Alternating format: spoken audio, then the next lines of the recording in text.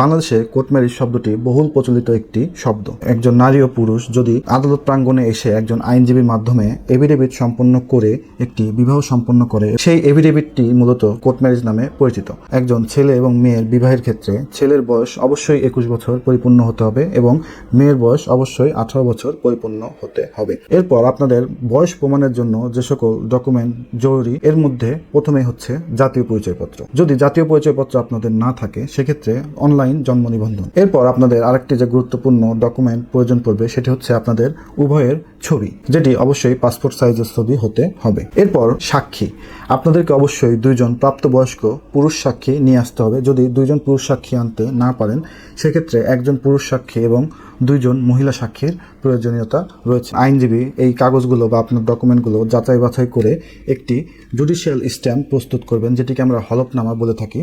সেই জুডিশিয়াল স্ট্যাম্পটি অবশ্যই 300 টাকার স্ট্যাম্পে সম্পাদিত হতে হবে। বিবাহ সংক্রান্ত হলফনামাটি প্রস্তুত করে আপনাদের স্বাক্ষর এবং টিপসই গ্রহণ করবেন এবং সেই হলফনামায় আপনাদের ছবি সংযুক্ত করবেন। হলফনামাটি আপনাদের সিগনেচার হওয়ার পরে সাক্ষীদের সিগনেচার আইনজীবী গ্রহণ করবেন এবং আপনার সেই হলফনামাটি একজন নোটারি পাবলিক দ্বারা সত্যায়িত করবেন। হলফনামা সম্পাদন হবার পরে বিজ্ঞ আইনজীবী একজন কাজী সাহেবকে ডেকে আনবেন এবং নিকা রেজিস্টার বইয়ে আপনাদের বিবাহটি নিবন্ধন করবেন। একটি মুসলিম বিবাহ নিবন্ধন করা বাধ্যতামূলক।